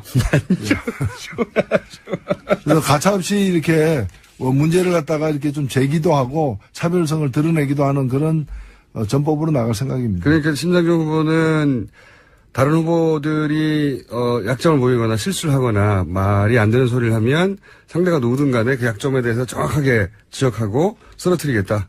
그렇죠. 인정사정 볼 것 없다. 인정사정 볼 것 없다. 다음 토론의 기본 각오가 남다른 거네요, 심상정 후보는. 그렇습니다. 지금 현재 지지율 가지고서 이걸 좀 뭔가 3% 박스권을 갖다 깨고 나와서 네. 원래 목표라는 데까지 나아가려면은 그런 이제 좀 결사항전의 자세를 가져야 되겠죠. 네, 기본적으로 상대 배려해가지고 봐주고 그럴 여유가 없다 우리가. 네, 너무 많이 봐줬다. 너무 많이 봐줬다. 근데 이런 것도 있는 것 같습니다. 저도 개인적으로 이제 토론회를 쭉 지켜보면서 심상정 후보가 토론을 굉장히 잘하는 편이고 실제 국회에서 각종 위원회 노동이나 이런 데서 발군이었죠 실제. 네. 발군이었는데 토론회에서 목소리가 좀 빨랐다는 생각도 좀 들고, 이게 뭐랄까요? 마음이 좀 급했던 게 아닌가 생각이 들어요, 보면서. 예, 좀 잘하려고 하다 보니까 그런 네. 부담감이 좀 있었던 것 같고요. 사실 그게 지켜보는 사람하고 그게 나가서 앉은 사람하고 많이 다릅니다. 다르긴 한데, 그런 점에서 이제 후보가 자신이 하고 싶은 얘기를 좀 더 이렇게 전달하지 못한 데 대한 아쉬움을 많이 느끼고 있기 때문에. 실제. 예, 그리고 본인의 정서가 그래서 어떻습니까? 저는 제가 볼 때는 이 토론과 관련해서 내공이 가장 좀 잘 쌓여진 후보 중에 하나이기 때문에 예. 앞으로 이제 4번 남은 토론 과정에서 원래 실력이 잘 드러나지 않을까 기대하고 있습니다. 정의당이야 워낙 토론이 일상화된 정당이어서 토론은 워낙 많이 했던 후보이기도 하고요. 자, 그러면 벌써 시간이 다 됐어요. 아까 만져주신다고 하니까 바로 이 코너의 제목 후보로 노회찬의 주물럭이 올랐네요. 네, 대단한 센스들입니다. 예, 그렇습니다. 네, 주물럭. 자, 주물럭 코너를 오늘은 주물럭이라고 하죠 그러면. 주물럭 코너를 끝내기 전에 심상정 후보의 노동이 당당한 나라가 뭔지 간략하게 설명해 주시고 오늘 마쳐야 될 것 같습니다. 네, 심상정 후보의 가장 핵심 슬로건은 노동이 당당한 나라인데요. 이거는 노동하는 게 부끄럽지 않고 노동의 자부심을 느낄 수 있는, 즉 땀 흘려 일하는 대가를 제대로 받을 수 있는 그런 사회가 우리 사회에서 가장 시급한 사회고, 복지에 돈을 갖다 많이 쏟아붓는다 해서 격차가 해소되는 것이 아니라 자기가 일한 노력의 대가를 제대로 받으면서 격차를 덜 벌리는 것이 가장 바람직한 정책 방향이라고 생각해서 최저임금을 갖다가 2020년까지 높이는 문제, 그리고 비정규직에 대한 차별 해소를 갖다가 공공부문부터 시작해서 없애나가는 그런 방안 등을 통해서 또 원하청의 어떤 초과 이익을 갖다 공유함으로써 대기업 중소기업 간의 격차를 좁히는 문제 등 해서 세금을 많이 쓰지 않고서도 격차를 해소할 수 있는 방안을, 특히 이 일자리 창출과 그다음에 더 나은 일자리, 더 좋은 일자리를 유지하는 방안 속에서 마련하겠다는 것이 노동이 당당한 나라의 요체입니다. 알겠습니다. 본인이 일하는 근로자라고 노동자라고 생각하시는 분들은 심상정 후보를 한 번 더 봐달라 이런 말씀이시네요. 예. 오늘은 여기까지 하겠습니다. 지금까지 주물럭의 노회찬 원내대표였습니다. 감사합니다. 네, 감사합니다. 자, 하영의 오프터 레코드 한 주 건너뛰고 이번 주에 또 나왔습니다. 안녕하세요. 네, 한겨레 21 하호영 기자입니다. 판매가 잘 됐네요. 지난주 방송사고, 네, 일단 죄송합니다. 지난주에 무슨 방송사고였죠? 연결이 안 돼가지고요. 아, 그랬군요. 예. 네. 그렇지. 예. 전화 연결을 했는데 4번 연결했는데 4번 연결했는데 4번이 다 안 되고 연결됐던 시간이 끝나가지고 다 끝나버렸던. 예. 네. 일부러 그랬죠. 그랬다는 항의가 있다고 들었습니다. 아니, 보통 전화 연결이 잘 안 되면 요즘 인터넷이 아니라 휴대폰 연결이 안 되는 데가 잘 없잖아요. 예. 전국 어디든 간에 지하도 잘 되고. 근데 이게 4번씩이나 안 된다는 건 말이 안 되는 거거든요. 왜 그랬어요? 할 말이 없어가지고 안 들리는 척 효과음 연습해가지고 치직치직 한 거 아니에요? 입으로? 자, 그랬었습니다. 지난주에 생각해 보시면. 그래서 하하영 기자가 10분을 남겨놓고 저희가 연결을 시작했는데 한 7, 8분을 연결하다가 다 보내가지고 예. 혼자 그냥 아이템을 만들어내서 혼자 떠들었어요. 뭐라고 떠드는지 기억도 잘 안 나요. 네. 그랬던 나쁜 하하영이 오늘은 특별한 아이템을 들고 직접 스튜디오에 나왔습니다. 오늘 아이템 뭡니까? 간단하게 말씀을 좀 드리자면 국정원에서 2008년도부터 예. 우파 성향의 단체 그리고 청년들을 속칭 알바 부대로 이용을 해서 조직화해서 여론 조작을 했다라는 사실을 한결의 특징이죠. 예, 한겨레 20일에서 김환 기자, 정원봉 기자 함께 썼습니다. 그래요? 지금 마이크 좀 떨어지라고 예. 저 밖에 저 제작진이 시비를 거네요. 마이크 좀 떨어주시고. 예. 자, 사실 국정원이 댓글 부대를 직접 운영했다라는 네. 게 지난 대선에 밝혀진 바고. 네. 그런데 지금 이번에 새로 밝혀낸 것은 직접 국정원 내에 팀이 있었다 말고. 예. 바깥에 국정원이 운영하는 어떤 위성부대가 또 있었다, 그전부터. 예. 이런 거죠. 민간인들인데 국정원에 직접 관리하는 댓글 알바 팀이 있었다는 거죠. 예. 그렇기도 하고요. 또 하나 강조점을 좀 두자면 우파단체와의 국정원과 우파단체와의 관계를 드러냈다는 점도 의미가 좀 있죠. 그러니까 우파단체의 소위 우리가 이제 보수 구구단체 뭐 이렇게 부르는. 그렇죠. 예. 굉장히 많은 단체들이 있습니다. 지금 예. 친박 집회 때도 뭐 수십 개 단체들이 그때 나왔죠. 예. 근데 그런 단체들의 뿌리가 여기가 아니냐. 예.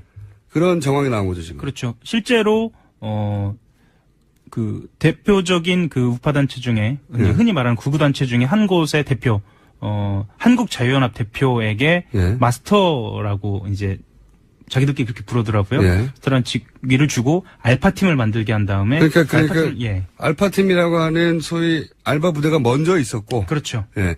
거기서 팀장 역할을 했었던 예. 분이 나중에 이런 단체에 장이 되어 있었더라. 이런 거죠. 그분은 이제 기존의 청년 단체의 장이었고요. 그리고 그때부터도 이미 2000년 초반부터 예. 고 노무현 대통령 그 탄핵 반대를 주도했던 청년 단체의 장이었습니다. 무한전진이라는 탄핵 반대가 아니면 탄핵 지지요.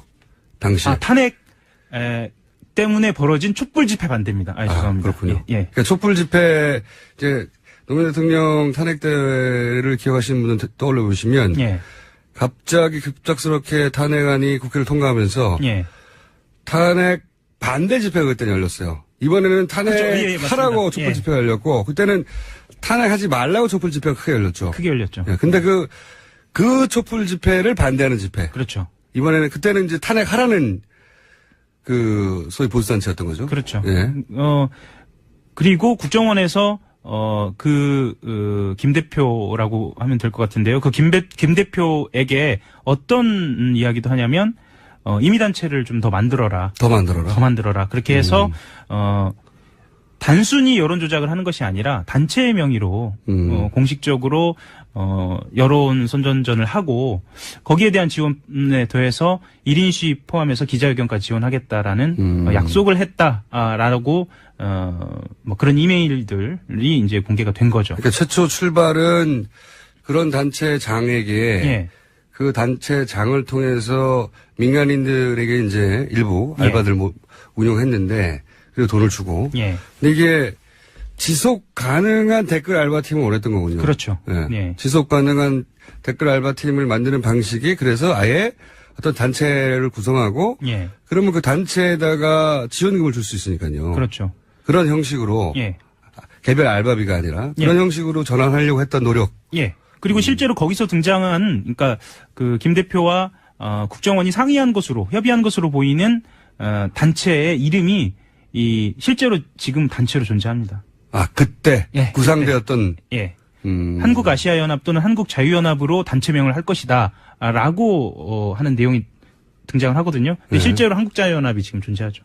만들어졌다. 예. 그러므로 그런 논의들이 실제로 실현된 것이다. 근데 그런 논의는 그러니까 굉장히 일부가 드러난 것이기 때문에요. 그러니까 저희가 이제 집중적으로 보도한 것은 여론 조작이고 네. 거기에서 근거한 우파 단체들과의 어떤 관계까지 이제 보도를 한 거죠. 그러니까 이제 지난 대선에서는 국정원 직원이 직접 운영한 겁니다. 예. 국정원이 조직적으로 국정원 정직원을 가지고 댓글 알바팀을 돌리다가 그게 잡힌 것이고. 예. 그리고 그 댓글 알바들은 국정원 정직원이라고 하면 이거는 그게 아니라 바깥에 민간인이 있는데 예. 그 민간인에게 국정원이 돈을 주면서 예. 게시판이나 이런 곳에 그 댓글을 달라고 그런 조직을 상시로 운영해 왔다는 건데. 예. 이게 댓글 정도가 아니고요. 네. 그 칼럼 수준의 글들을 요구했습니다. 아, 예. 예. 아, 댓글보다 조금 더 높은 수준이군요. 그러니까 기억하시겠지만 지금도 존재합니다. 아고라 게시판이라고요. 그렇죠. 그 게시판 예전에는 굉장히 활성화돼 있었어요. 그렇죠. 지금보다 더요. 예. 또 의도적으로 죽였죠. 그렇죠. 예. 아고라 게시판이 상당 정도 여론을 좌지우지하는 예. 그 대형 게시판이었는데 그 대형 게시판의 여론 주도 기능을 두려워했던 예. 정권에서 의도적으로 죽었다라고 볼 수밖에 없는 개편이 일어나죠. 잘 되고 있는데 막 축소해서 없애요 막. 예. 예. 그랬었죠. 그래서 심지어는 본인들의 글을 베스트 댓글로 또는 클릭수를 유도하고 그 관련된 프로그램도 안내를 하기도 하고 그랬던 정황도 드러났습니다. 그러니까 사람이 하는 게 한계가 있으니까 네. 프로그램을 돌려서 예, 그래서 국정원 직원이 이런 프로그램 괜찮다라는 소개도 하고요. 예. 아, 댓글 알바가 거기서 거의 칼럼 수준의 예. 논리적인 댓글 넘어서는 해요. 예. 그러니까 논리적으로 반대 논지를 만들어내 달라. 예. 그런 알바들을 쓰고 그 글을 쓰고 나면 그것을 추천이 자동으로 많이 돼가지고 올라가도록 프로그램을 이런 걸 쓰면 어떻겠냐. 예. 국정원이 또 지시해주고 예. 권유해주고 예. 그런 게 이메일에서 드러났어요. 그렇죠. 그렇게 되고 그 이후에 뭐 열흘이나 보름 어간에 본인들이 모여서 이렇게 비법도 전수하고 서로 간에 아, 이렇게 하면 예, 댓글이 그런 모임 정황도 나왔습니다. 많이 올라간다. 예. 아, 자기들끼리 세미나도 하는군요. 예, 왜 그러냐면 댓글 알바 잘하는 법. 예, 네. 왜 그러냐면 이게 조회수 1000클릭 이상이 되어야 인센티브가 지급되거든요. 아, 인센티브도 또 있어요? 예. 아, 차등 지급. 예, 20대는 25,000원, 30대는 5만 원을 그 나이 기준으로 해서 차별이고, 예, 나이 차등이고, 그 조회수도 차별해서 예, 조회수도 차등을 두고요. 성과급제네요. 예, 선거급제입니다. 예. 그리고 이제 그 단순한 여론 조작을 넘어서서 예. 예를 들면 당시에 기억하실 분은 하시겠지만 그 용산 참사가 있었거든요. 예. 용산 참사가 촛불 집회로 이렇게 뭐랄까요 좀 상황이 좀 변하는 네. 그런 분위기가 있었어요. 이때에 그 집회에 직접 참여하도록 그러니까 그 영상 장비를 주기도 하고요. 그것을 찍으면 인센티브를 더 주기도 하고요. 특히나 충돌 장면이나 폭력적인 장면을 더 찍어와라. 그리고 본인들에게는 좀 쉽게 어울릴 수 있도록 구호도 외치고 좀 자연스럽게 하라라는 뭐 이런 회의까지 했던 것으로 저희도 파겠습니다. 과거에 그 80년대 학생운동 때 네. 학내에 투입했던 그 소위 프락치. 예. 그 프락치를 상설화하고 온라인화한 것이네요, 이게. 예, 그렇게 볼 수도 있고요. 네. 그 이후에 2012년에 있었던 국정원의 심리전단의 원형을 볼 수도 있는 거죠. 예를 들면 국정원에서 용산 참사 관련된 내용을 내려보내면 그거를 가지고 논리적인 맥락을 가진 글을 게시글을 올리고 그리고 그것을 서로 클릭수를 올리고 이거는 전형적인 국정원 심리전단 군 사이버사령부의 수법하고 굉장히 네. 유사합니다. 그리고 제가 지난 대선에서 소위 이제 시발단을 네. 찾아내면서 추가적으로 알게 된 사실들 중에 이런 것도 있거든요. 드러난 것은 예를 들어서 임모 목사 예. 정도인데, 근데 그게 단일 조직이 아니었어요. 제가 그때 추적하던 때를 되새겨 보면 굉장히 많은 점조직이 있었어요. 사실 예. 그때. 뭐 수십 개 이상이다라는 네. 이야기도 있었죠. 그러니까 찾아내고 상징처럼 드러난 게 이제 그 목사라는 신분 때문에 그분이 주목을 받았던 것이지. 예. 굉장히 많은 직업군에 다양한 사실은 알바단이 존재했었거든요. 예, 여기도 시발단이. 마찬가지입니다. 그러니까 본인들이 알파 팀이라고 부르는데요. 네. 이 알파라고 시작하는 것으로 봐서 베타 팀도. 베타나부터 시작해서 오메가까지 있지 않을까라고 추정은 하는 거죠. 그리고 알파 다시 1도 있을 수 있고. 예, 그리고 실제로 주고받은 이메일을 보면 다른 팀이 있는 것으로 보입니다. 뭐 실적이 뭐 비교해 보니 적다. 아하. 알파 팀의 실적을 다른 팀과 비교해 뭐 그런 비교한 듯한 정황. 재밌네요. 이거 물론 저희는 국정원의 반론 받습니다. 예, 국정원 반론 받고요. 실제로 언제 뉴스공장에 알려주십시오. 예, 국정원 쪽에서는 사실무근이다라고 이야기는 했는데요. 원래 항상 사실무근이잖아요. 그러니까 국정원 반론이 거의 일관됩니다. 그런데 저희들이 확인한 바로는 핵심적으로 그러면 국정원 직원이, 그러니까 다시 정리하자면 국정원 직원이 그 민간 보수 단체의 대표를 마스터로 두고 알파팀을 운영한 이런 정황이었으니까 실제로 그 국정원 직원이 있느냐 그리고 일을 했느냐라고 했을 때 그 부분이 확인이 됐기 때문에 좀 기사를 썼고 그 부분에 대해서는 그 부분에 대해서는 인정을 했고 그리고 그 김 대표라고 하는 분도 실제 국정원 직원을 만난 것은 사실이다라고 인정을 했기 때문에 기사화한 거죠. 그렇군요. 예. 최소한의 사실 활동 내역에 대해서 우리는 그렇게 시킨 적이 없다고 했지만 네. 그 컨택 포인트라고 말했던 그런 사람이 실제 국정원 내에 존재하고 예. 그리고 이 김 대표가 국정원 직원을 만났다는 것도 맞고. 예. 그리고 나머지 사안들은 뭐 아주 구체적으로 자금 내역이라든가 아니면 이메일이라든가 이런 걸 구체적으로 저희들이 제보를 받았기 사실 때문에 이런 추정이나 또는 이런 일을 하는 걸로 보여지는 사무실이나 뭐 지난번에 윤모 목사 사례처럼 그런 경우는 있었지만 이렇게 아주 구체적으로 얼마고 이건 얼마고 그리고 이메일이 직접 등장하고 이건 처음이에요. 예. 예. 이런 구체적인 정황은 처음인데 문제는 이게 이명박 대통령 시절에 끝났냐 이거죠. 예. 그렇지 않고 이게 면면이 이어져서 최근에 문제가 되는 가짜 뉴스도 결국은 이런 팀의 출신들이 혹은 이런 일을 하던 분들이 계속 이 일을 국정원 사이드에서 해와서 만들어낸 거 아니냐. 예. 이런 의혹하고 연결되는 거죠 지금. 그 한겨레 21에서는 애초에 그 의혹부터 출발해서 취재가 됐는데 아하. 시간이 거슬러 가서 지금 이 상황이 나온 거고요. 거슬러 가다 보니까. 예.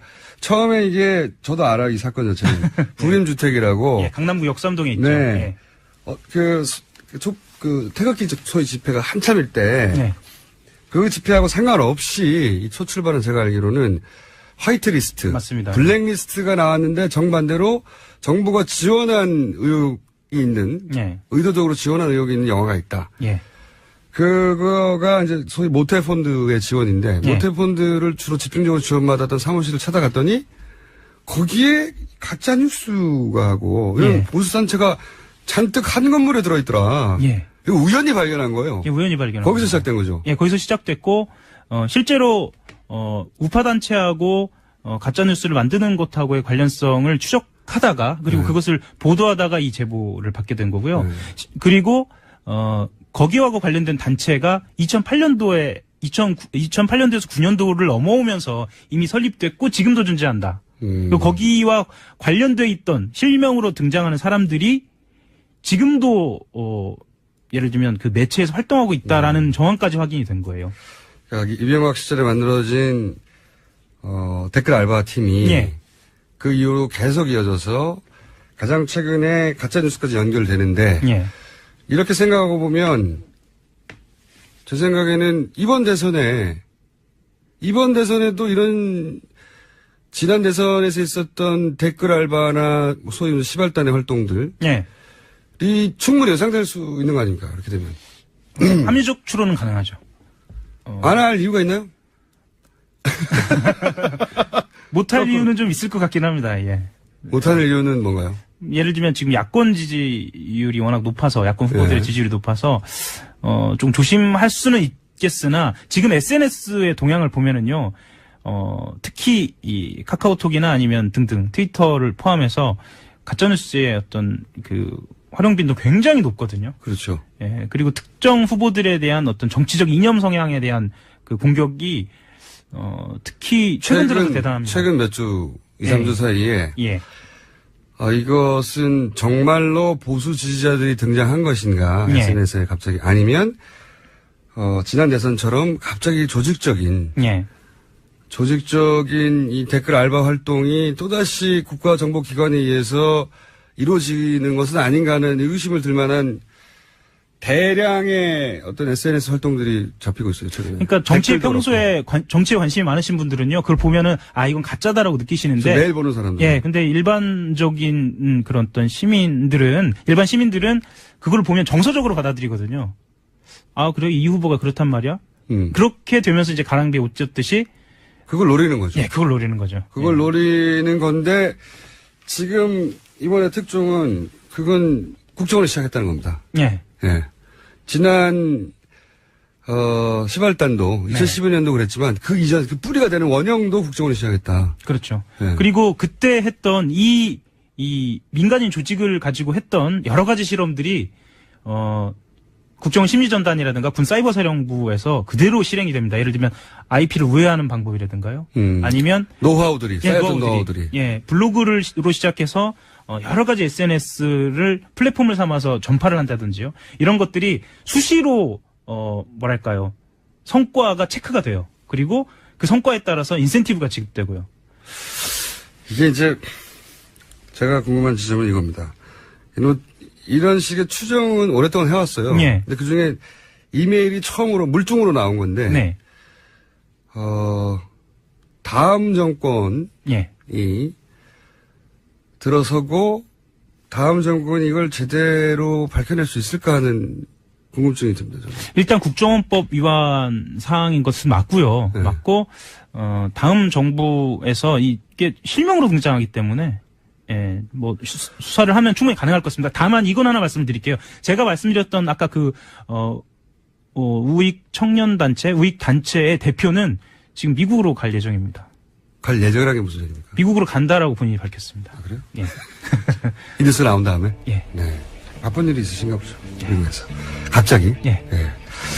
한글의 하영 기자였습니다. 뉴스공장은 국정원의 반론 인터뷰를 언제나 환영합니다. 네, 연락 주십시오. 지금까지 김원준이었습니다. 내일 다시 뵙겠습니다. 안녕.